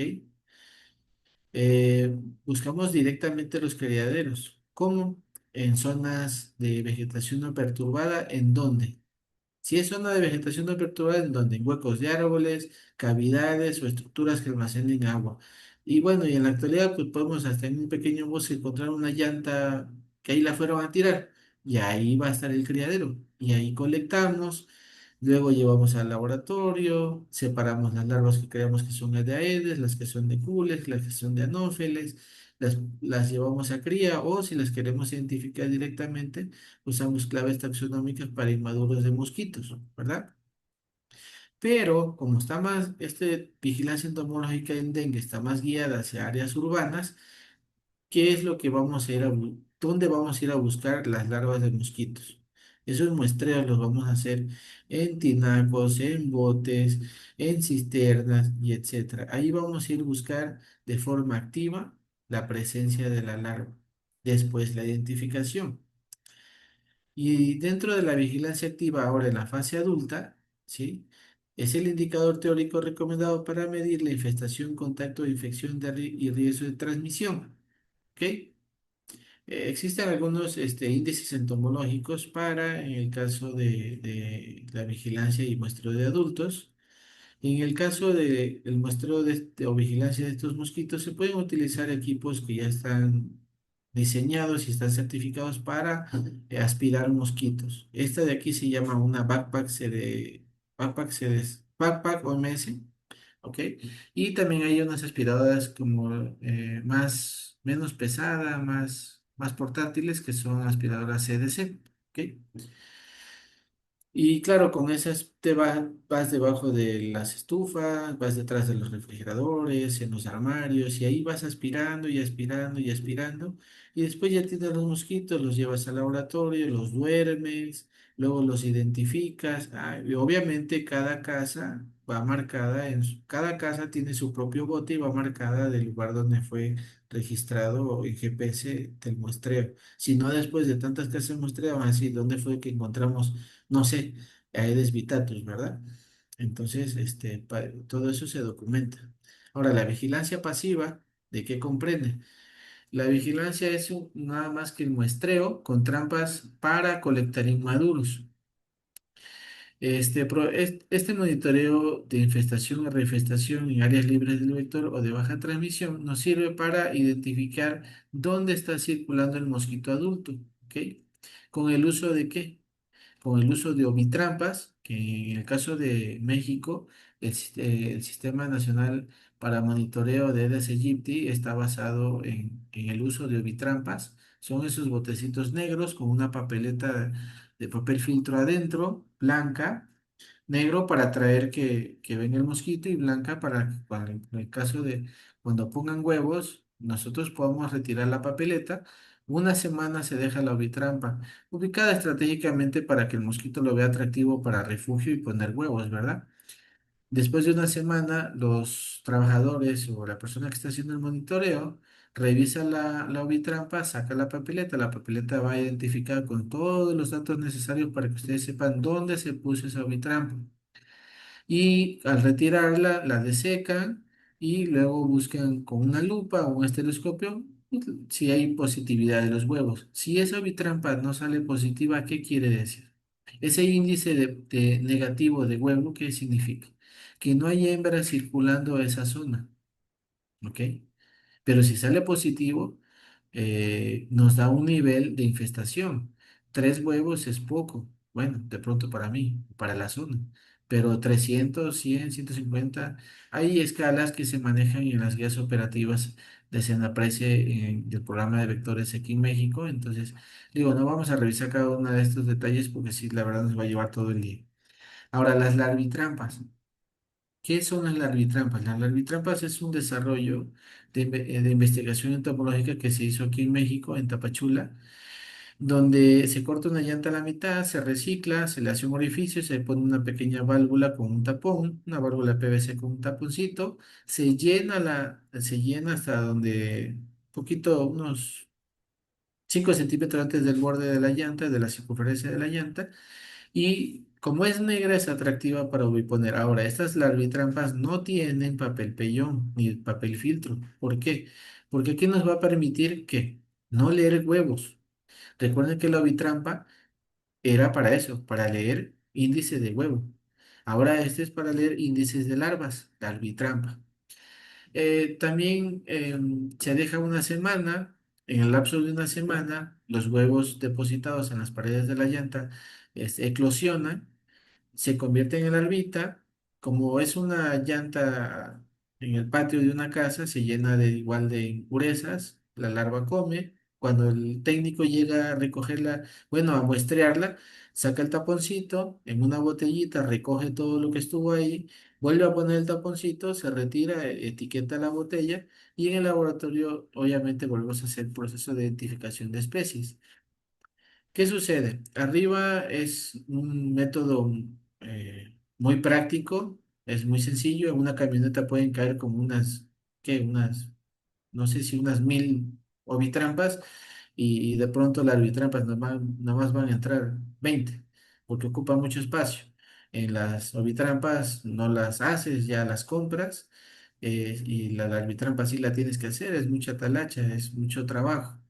Pero toda herramienta entomológica tiene sus pros y tiene sus contras o sus áreas de oportunidad. Las ovitrampas para el Sistema Nacional de Muestreo de Dengue aquí en México ha sido una herramienta súper eficaz, muy buena, y para investigación las larvitrampas también han sido muy buenas. Entonces cada quien tiene su área de oportunidad como trampa, ¿verdad? No puedo decir que la una es mejor que la otra. Las dos tienen sus áreas y las dos tienen sus funciones y hasta el momento han cumplido con mucho, con mucho positivismo. Ahora, la vigilancia pasiva para adultos con trampas, porque la anterior era para la parte larvaria. Existen las trampas de luz CDC, las trampas BG Sentinel. Las trampas de luz CDC tienen luz amarilla, atraen al mosquito, el ventilador los arroja en la trampita y ahí se quedan capturados. Y la trampa BG Sentinel se utiliza mucho en investigación, tienen un olor artificial de la piel humana, el BG Lure. Entonces, también tiene su ventiladorcito, sale el olor que simula el sudor de las personas y luego entra el mosquito, se captura y así haces también vigilancia entomológica. Esta es pasiva porque tú dejas la trampa colocándola hoy, después de 3 días la puedes ir a revisar porque o se conectan a batería o se conectan al tomacorriente de las casas. Entonces, tú después de una semana puedes ir a retirarlas. O puedes hacerlo del diario si es un programa de investigación, pero si es una vigilancia normal, pues la puedes hacer cada semana. Al final, si está conectada a la corriente directa, nunca se va a apagar. Entonces, tú como técnico te fuiste a hacer otras cosas varios días, pero en la activa de mosquitos tienes que estar todos los días buscando casas y aspirando con la aspiradora de mosquitos, mosquitos, ¿verdad? Entonces, por eso esta es pasiva, la otra es activa. Y en las larvas también, en la fase inmadura. Las larvas es búsqueda activa porque buscas en cada casa los criaderos y en la otra pones una trampita porque pues ya libras el trabajo. El control vectorial. Luego de la vigilancia entomológica, donde tienes altos índices de huevo, de larva, de pupa o de adultos, el propósito del control vectorial generalmente es prevenir la picadura del mosquito, mantener las poblaciones de mosquitos o densidades aceptables, es lo que les decía hace un momento, no siempre va a tener en cero, para minimizar el contacto el contacto del vector con el humano y también reducir la longevidad de las hembras adultas. Este concepto del control vectorial está publicado por Foster y Walker en el 2002. Entonces, las estrategias de control de Aedes aegypti se pueden clasificar de tres maneras: búsqueda, eliminación, atracción y eliminación, y autodiseminación del agente de control. Son estrategias que se pueden adaptar, no necesariamente todas, puede ser simplemente una y puedes llevar a cabo un control eficaz. ¿Cuáles son los métodos de control de Aedes aegypti? Existen los físicos, los químicos, los biológicos, manejo ambiental y nuevas tecnologías. ¿Ok? Vamos al control físico. ¿Qué significa el control físico? Es la eliminación de criaderos artificiales de los mosquitos. Claro, en el caso de salud pública, porque estamos hablando de salud pública, ese control físico no crean que salen a la calle en una camioneta, mire, parece que ahí. No. O sea, es un trabajo que está esquematizado y coordinado por las jurisdicciones sanitarias de las entidades federativas. Es un trabajo coordinado y esquematizado porque lo hacen por colonias, lo hacen por sectores, lo hacen por número de manzanas. O sea, no crean que salen nomás a ver dónde encuentran. ¿Ok? Como uno cuando es estudiante agarra una manzana y ahí busca a ver dónde encuentra algo, ¿no? Cuando uno fue estudiante. Pero el trabajo operativo de la o eliminación de criaderos se hace en salud pública en México, se hace de una manera ordenada. Ya cuando tienes el mapa, como ven ahí a la izquierda, es un mapita que trazan las jurisdicciones, sobre eso se basan para ir haciendo todo en orden. Pues obviamente ya dentro de las casas, de las viviendas o los patios, ellos ya han leído previamente y se han estudiado las guías operativas para la eliminación de criaderos artificiales como control físico. O sea, no crean que nomás le dicen vayan y tiren todo, no. Para el control, para los métodos de control en vectores en México, para todo existe una guía. Existe una guía para el control físico, una guía para el control químico, y en el control químico hay una guía para rociado residual, una guía para nebulizaciones espaciales, una guía para termonebulización. Existe una guía hasta para calibración y limpieza de equipos. Con eso les digo todo. En México, no sé en otros países. ¿Qué quiere decir? Las cosas se tratan de hacer lo mejor posible en México en el caso de salud pública. ¿Ok? Pues, ¿en qué consiste? Buscas criaderos artificiales, generalmente en lo urbano encuentras más criaderos artificiales, botellas, tinacos. Ahora, hay unos que se pueden eliminar, otros que no se pueden eliminar y otros que se pueden descacharrizar, que es la famosa descacharrización que le conocemos en Latinoamérica. ¿Ok? Y en el control químico es el uso de insecticidas para el control de Aedes en su etapa larvaria y en su etapa adulta. ¿Ok? El control químico se puede hacer en los dos estadios. El control físico solamente se hace en la fase inmadura. En la fase adulta no puedes hacer un control físico. Bueno, eh, un poquito, pero no está realmente como documentado. ¿Sale? Ahora, en la parte de larvicidas, ¿sí? Que ya sería el control biológico, el control del larvo, de la fase larvaria, se les llaman larvicidas. Pueden ser y están categorizados como larvicidas sintéticos, biológicos y reguladores de crecimiento. Entre los sintéticos, el más famoso y utilizado por la OMS en salud pública es el temefos. Ojo, esta información de ahorita en adelante, o bueno, casi toda la información que se ha dado, es con base a la OMS. Más adelante les voy a explicar por qué les reitero OMS, ¿sí? Siempre OMS, OPS, y no hago referencia que esto es lo que dice Salud Pública de México. Obviamente, si viene de la OMS y OPS, ahí la mayoría de las cosas lo utiliza México, ¿no? Ahora, entre los sintéticos, la molécula más utilizada en salud pública es la del temefos. En biológicos, Bacillus thuringiensis y Spinosad, ya hay más, siguen haciéndose más desarrollos, pero las más establecidas ya como caballito de batalla son Bacillus thuringiensis y Spinosad. Y reguladores de crecimiento, los más conocidos, utilizados y aprobados en salud pública por la OMS es Novalurón, Metopreno y Piriproxifeno. ¿Ok?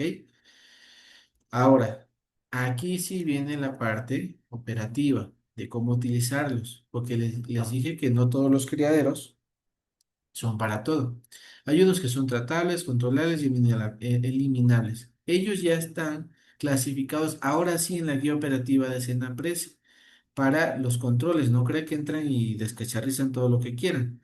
Y para los que son tratables, cuánto de producto pone en el tinaco o en la cisterna, pues existe una fórmula para tanques rectangulares y para los tanques cilíndricos.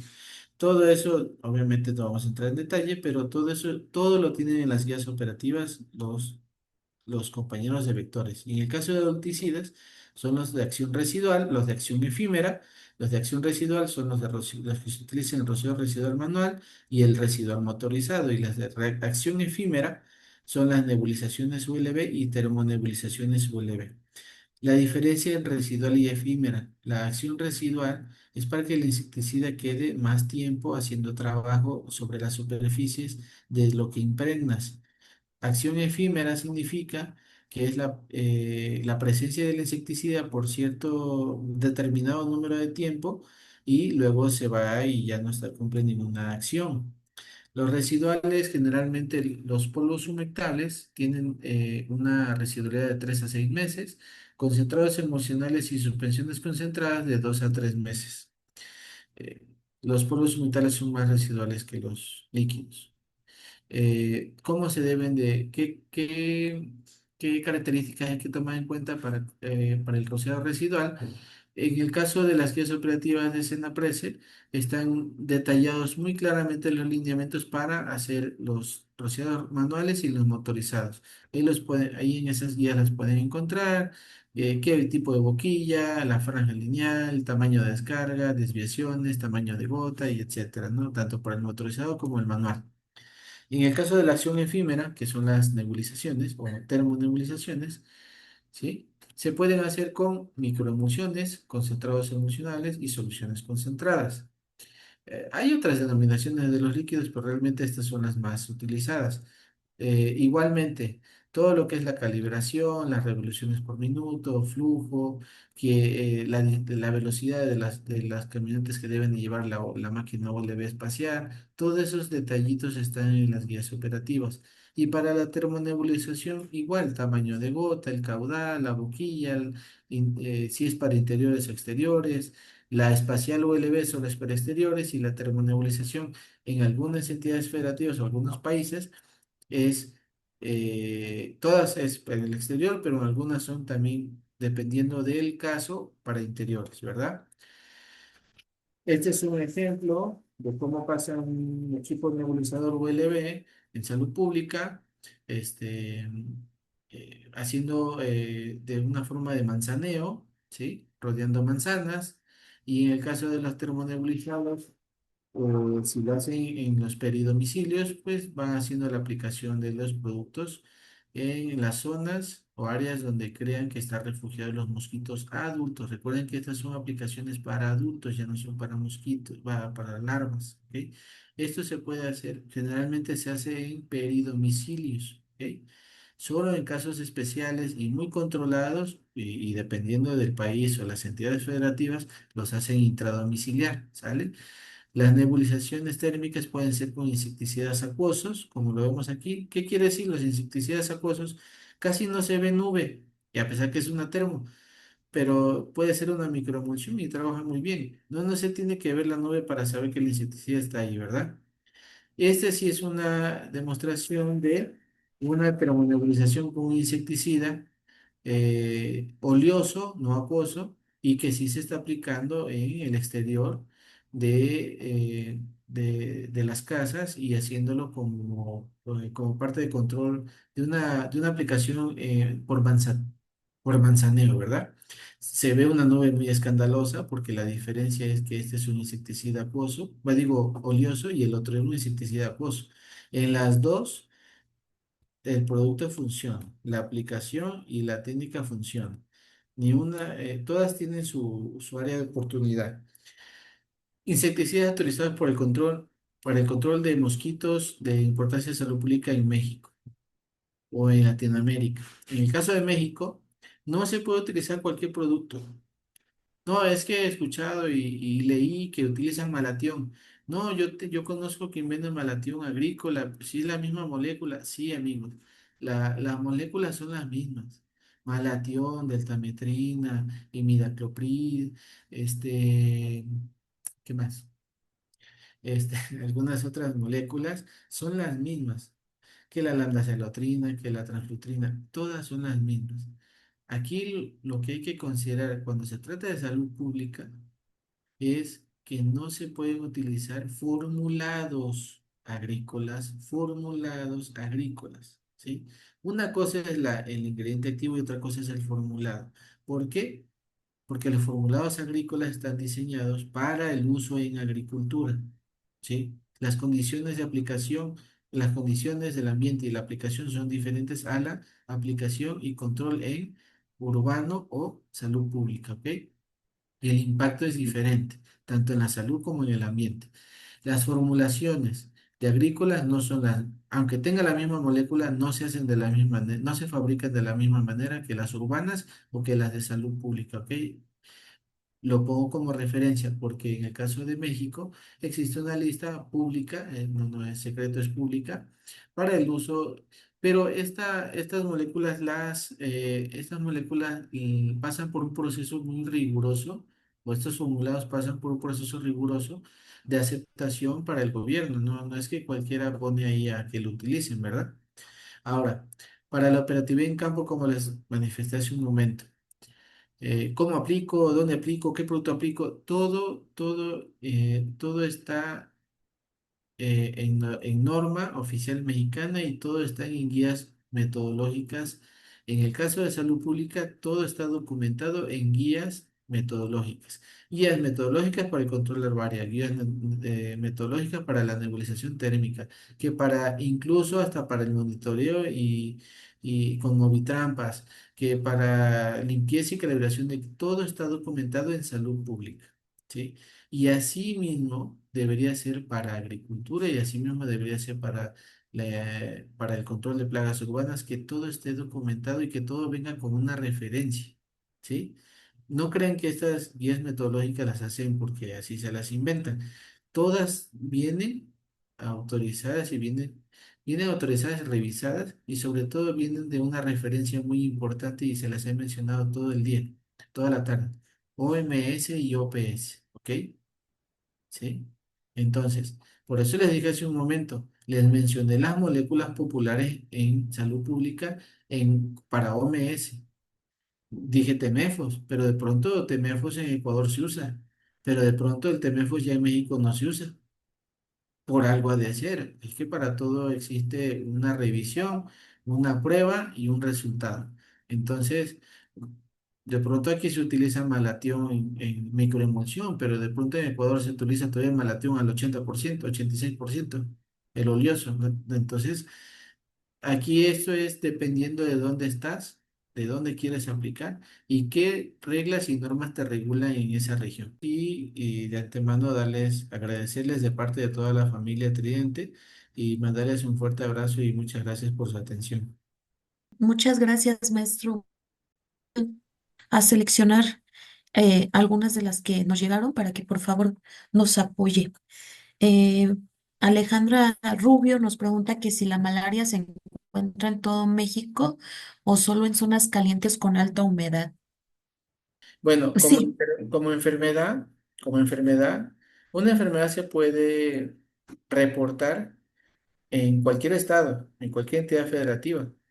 Presenta síntomas, no sé, aquí en Ciudad de México, presenta síntomas, va al centro de salud y se reporta como caso en Ciudad de México, pero no es un caso autóctono. Entonces, vamos a convertir la pregunta un poquito más específica, porque como que está muy abierta la pregunta. Entonces, ¿dónde está registrada o dónde, en México, dónde está registrada la presencia de la transmisión de paludismo, de la enfermedad de paludismo, ¿no?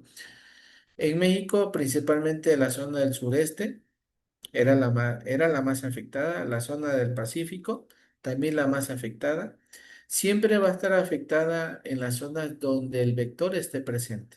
¿Ok? En las zonas altas y frías, obviamente no, pero hace muchos años el problema de paludismo o malaria en México era muy alto. Yo no sé números exactos, pero sé muy bien que los casos de malaria en México ya están muy por debajo de lo bajo. O sea, que México está pasando por un proceso y está dentro de un proyecto para la erradicación de la presencia de paludismo o malaria aquí. Entonces ya es muy difícil que encuentren casos de paludismo autóctono, más bien pueden ser hasta casos importados, pero ya es muy baja la presencia de casos de paludismo en México. Pero sí, generalmente podría ser en las zonas costeras del Pacífico, en el sureste, en las zonas cálidas, en las zonas de mucha humedad, lluvia y sobre todo de vegetaciones no perturbadas. ¿Ok? ¿Alguna otra pregunta? sí, también nos pregunta Leo cuáles son las diferencias de Albopictus y Vitatus. La diferencia entre Arbopictus y Vitactus, los dos tienen similar color o negro oscuro, oscurito, este, muy intenso el negro. La diferencia es en el tórax. El Aedes albopictus en el lomo tiene una línea intermedia de escamas blancas, una sola línea.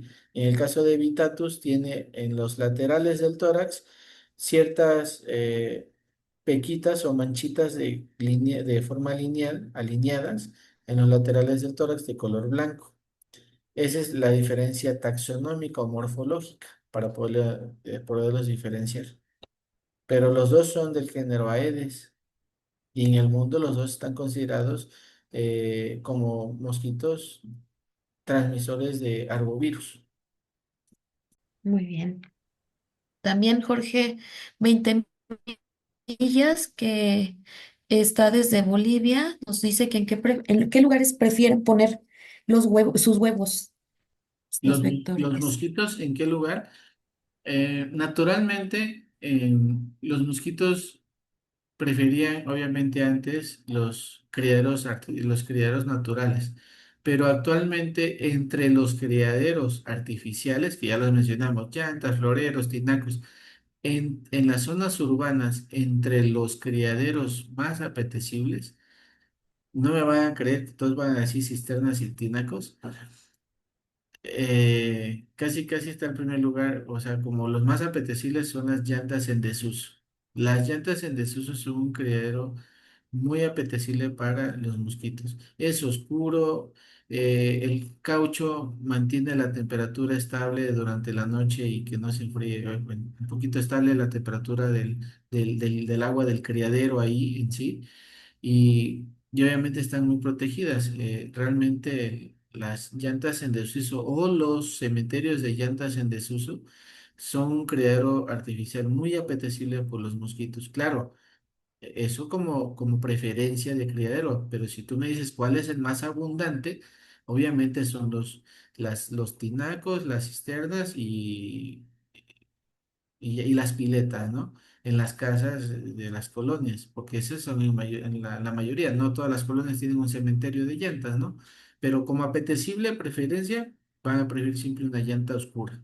Pero por abundancia, obviamente, no hay una llanta en cada casa, ¿no? Un cementerio de llanta en cada esquina.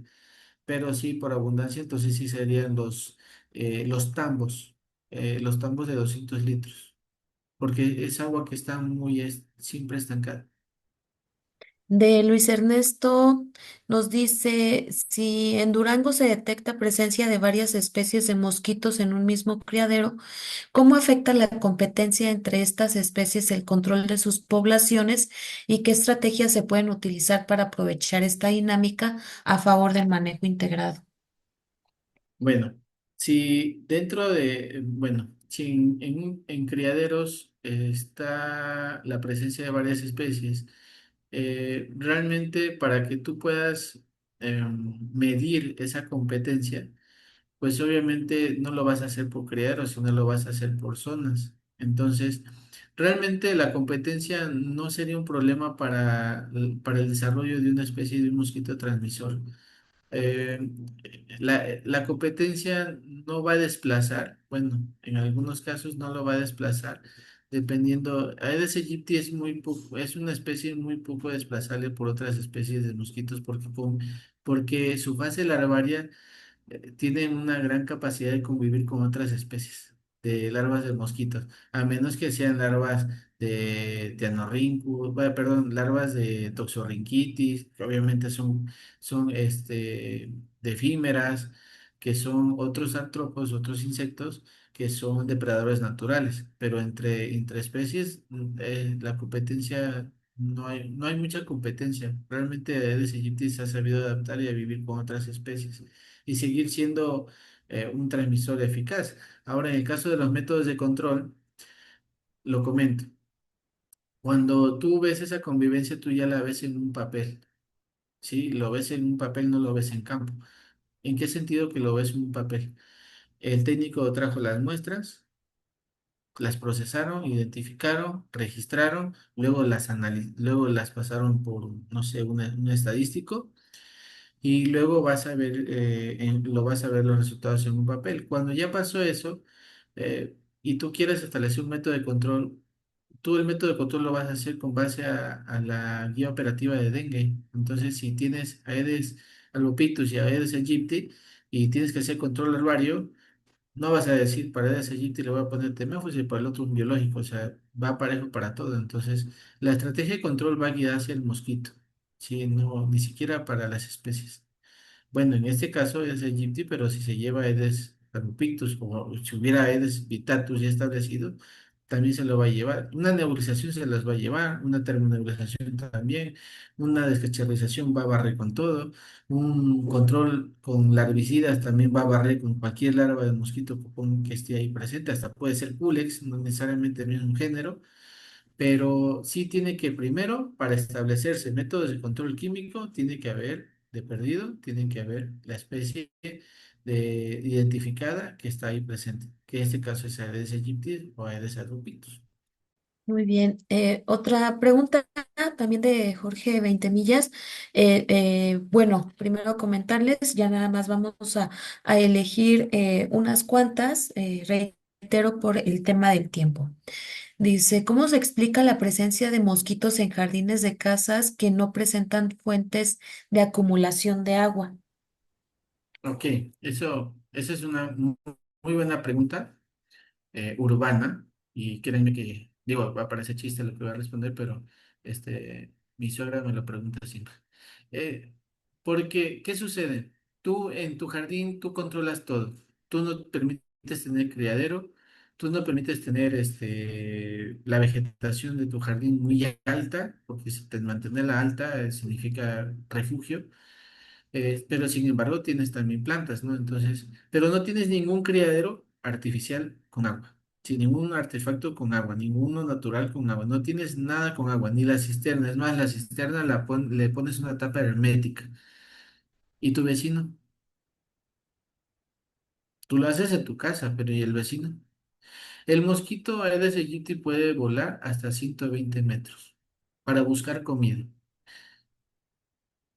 Entonces, empezando desde ahí, de la distancia para distribuirse, el mosquito puede volar de una casa a otra. Ahora, no necesariamente, sí lo hace por buscar comida, pero también lo hace por un hábito biológico ancestral, que es la distribución, ¿ok? Y si encuentras, es porque tienes jardín, en el jardín, aunque mantengas el pasto bien abajito, no tienes malas hierbas, pero tienes una cuna, ¿cómo le llaman? Una cuna de Moisés, y en el reverso de la hoja, ahí se posan para descansar, hasta cuando se oscurece y busca a quién picar. Entonces, no necesitas tener criaderos acuáticos, porque el vecino los puede tener. Entonces, el mosquito se puede desplazar, y créeme que si lo hace, es un hábito natural que lo tiene. Sí, ya sabemos que el mosquito si tiene el alimento y no se mueve, pero eso es en teoría y la biología en campo te demuestra lo diferente. Lo puedes tener como una referencia, eso, pero no aplicarlo afuera. Entonces, si no tienes criaderos, pero el vecino sí lo tiene, pues de ahí viene. Muy bien. Voy a hacer una pregunta de Edgar Zambrano. Yo, por tema de lineamientos no hacemos, no mencionamos marcas comerciales. Si pudiera responderla con ingredientes activos, si no, también aprovecho el momento para que por ahí nos puedan compartir sus datos, los datos de Tridente y también la gente los pueda contactar directamente. Él nos pregunta cuánto recomienda aplicar para el control de mosco y cuál es el producto que más recomienda para casa habitación. Bueno, esta pregunta ya sí está guiada hacia la parte como de control urbano, porque realmente la plática estaba enfocada hacia salud pública, pero tampoco hay problema porque los productos o las estrategias en el caso de salud pública, que están muy esquematizadas, muy coordinadas y muy controladas, hay que decir la verdad, también de ahí nacen también para las estrategias del urbano. Entonces, también hay rocío residual en urbano, también hay nebulización en urbano, también hay termonebulización en urbano. Entonces, para el mosquito, dependiendo de dónde lo quieres controlar. ¿Quieres controlar la larva o quieres controlar al adulto? Si quieres controlar la larva, primero te digo, haz un físico, elimina criaderos. Pero obligadamente tienes que tener un tinaco, obligadamente tienes que tener una cisterna. Y si ya identificas, solo si ya identificas que ahí tienes larvas, ¿sí? Puedes utilizar un larvicida urbano, porque ya esta es una pregunta hacia lo aplicativo urbano. Que el urbano sí existe un temenos urbano, ¿ok? Un granulado urbano. También existe un regulador de crecimiento novalurón, también hay urbano. Este, y en el caso de adulticidas, dependiendo qué quieras hacer, una nebulización o quieres hacer una aplicación residual con aspersora manual. Si quieres hacer una aplicación con aspersora manual, dependiendo en el interior o en el exterior de la casa. Si es en el exterior, puedes utilizar ahora sí que un polvo humectable. Y hay polvos humectables de piretroides, hay polvos humectables de neonicotinoides en lo urbano, ojo, en lo urbano. Hay polvos humectables de carbamatos también, ¿no? Y si es en el exterior, una de las moléculas muy buenas para el exterior es el metoxur, como polvo humectable. También hay soluciones concentrados emulsionables que pueden funcionar en el exterior, pero si lo quieres hacer en el interior, ¿sí? De una forma muy urbana, no a lo de salud pública, sí tiene que ser un insecticida, un formulado que sea un floable. Y floables hay muchos. Sí, floables hay desde imidacloprides, desde fiproniles, desde deltametrinas, ¿ok? O combinados. Entonces, ahí sí depende mucho de dónde lo quieres hacer. No te puedo decir, y eso hay que aprenderlo todos, no puedo decirles, utilicen esta molécula y es la maravilla para el control de mosquitos y no hay quien la supere. No, todo se basa en lo que quieres hacer y cómo lo quieres hacer para elegirlo, ¿ok? ¿Alguna otra pregunta? Sí, vamos a ir con la última pregunta, pero igual si se pudiera, que nos pide Eric, si pueden poner la diapositiva de los herbicidas, por favor. Sí. Y la última pregunta que estaríamos haciendo es de Alejandra Rubio, que nos dice, entonces, además del control para evitar larva en agua en el jardín, podemos aplicar periódicamente insecticida en las plantas para, como lo dijo, evitar la estancia de los moscos en el reverso de las plantas. Sí, de una forma indirecta, ya hablando de la parte urbana o jardinería, de una forma indirecta sí le ayuda, ¿ok? Ya para no regresarnos otra vez a toda la clase de la tarde, lo físico, criaderos, eliminación, toda esa parte física y de manejo de medio ambiente ayuda. De paso, también hay que, cuando tienes un jardín, primeramente la proteges de las plagas de jardín. Y al momento de poner un producto residual encima, bueno, en el follaje de tu jardín, pues indirectamente estás ayudando a que cuando el mosquito se pose ahí se va a morir.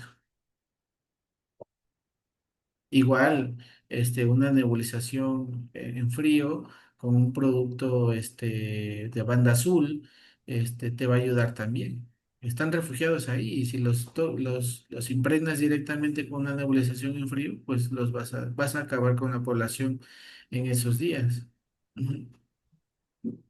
Pues muchas gracias. Si quisiera agregar algo, maestro, también el ingeniero Alfonso, adelante, con toda confianza, por favor. Sí, muchas gracias. Bueno, primero que nada agradecerles por el tiempo que se tomaron para este espacio de aprendizaje. Yo le llamo aprendizaje continuo porque todos aprendemos cada día un poco más y lo tenemos que seguir haciendo, ¿verdad? Todos aprendemos algo nuevo cada día y también agradecerle a la UNFAC, a la organización, por habernos invitado a este espacio.